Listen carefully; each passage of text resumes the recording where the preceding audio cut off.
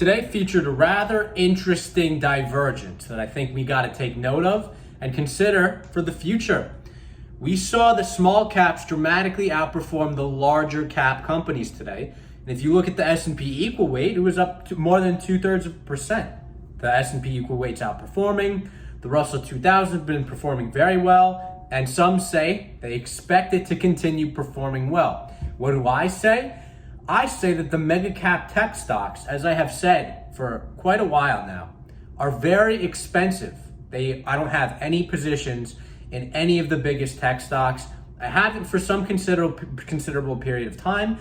Maybe I've missed out on some gains because of that, and I have. There's gains there. But I think there's also gains in other areas of the market, and I don't see why we'd want to own as great of a company. I'm not saying these companies are not great and they're going to zero and they're worthless. Go short.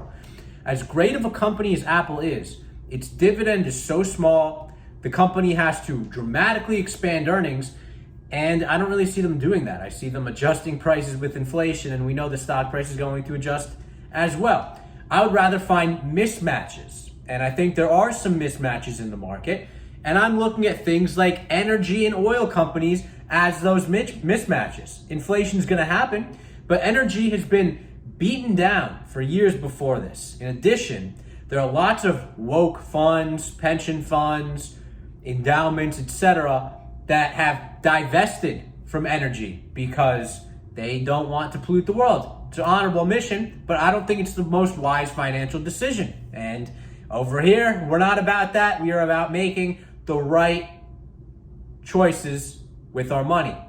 So this is my perspective on everything. I will be getting my Series 65 shortly, by the way. Just keeping this for now.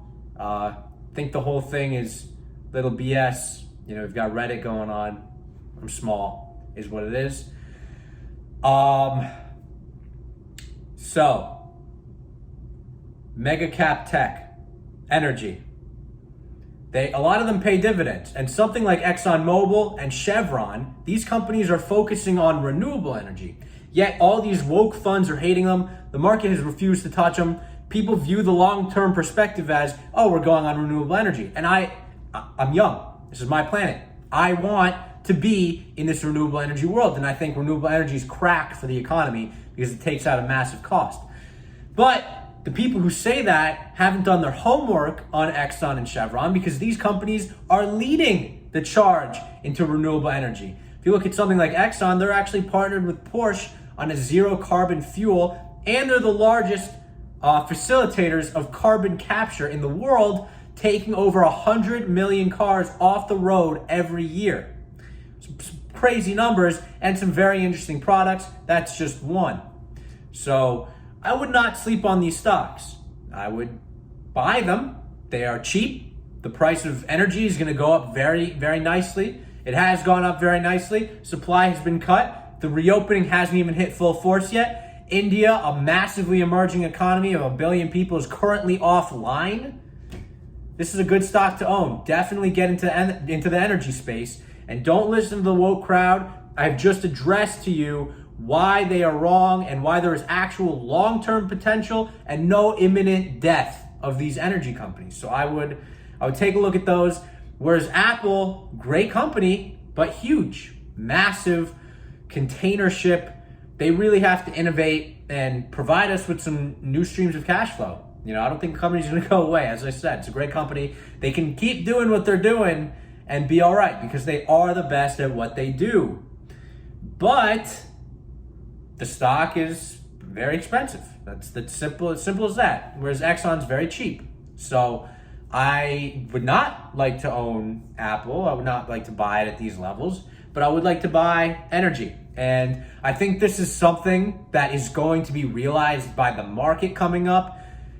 And people are going to say, hey, why do I have these companies that are so expensive, don't really pay a dividend, when I can have this company that's cheap and does pay a dividend and, is hated? I think that is going to be a broad market move as the economy reopens.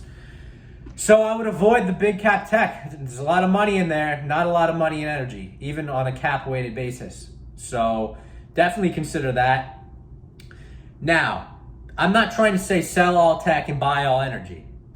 I'm saying sell the expensive tech. I've said this for a very long time. Things like Zoom, DocuSign, those are old names at this point, but the theme is the same. Now they are stuff like Apple, Amazon really is printing a whole lot of money, but Microsoft, I really don't want to buy, Microsoft. That's not something I'm doing right now.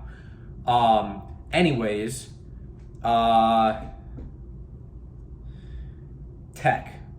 If you have tech, you have to be willing to ride the waves. This is a very volatile area of the market. And for the bigger tech, it's been, steady sailing. But if you're going to own tech, if I'm going to own tech in this period of time, I'm owning tech that is some product or innovation that I perceive as critical to the future and having some dramatic effect. And I'm acknowledging that it's going to have crazy waves in the meantime. And I'm going to buy it ready to ride those waves. That's the only way to play this area of the market, is if you're ready to ride the waves. Now, capital gains has been proposed by Biden in the maximum sentence they can basically get away with. For the wealthy at least, no difference between long and short-term capital gains. And I think this is where they're going to make the concessions. Joe Biden is trying to do this whole infrastructure push. That is generally a longer-term thinking kind of thing, an investment in the economy. We don't want people selling stocks. I think, this is my speculation, my political speculation on where the Democrats and Joe Biden are going to make concessions. I think they're going to walk back the long-term capital gains more than the short-term capital gains. And that is something I think is pretty fair. I think short-term capital gains is basically income. It's basically you're working a job. Like, that's what I do. And I collect my fees and pay income tax. It's kind of bullshit. I can pay $100,000 and set up an insurance company in the Cayman Islands and figure it out, but I'm not doing that right now. And something tells me they might close those loopholes. We'll see. But long-term capital gains could really be something for your long-term technology companies. So buy it, that if you perceive it as fundamentally important to the future and underpriced now relative to that future valuation by some 5 times plus margin, buy it, because maybe we'll get that tailwind. That is speculation, but you got to be optimistic if you're going to be doing these companies, because you are going to probably take a hit, and you got to be ready to take that hit. Otherwise, you should not buy it. So that's the deal with the stocks today. And until next time, peace out.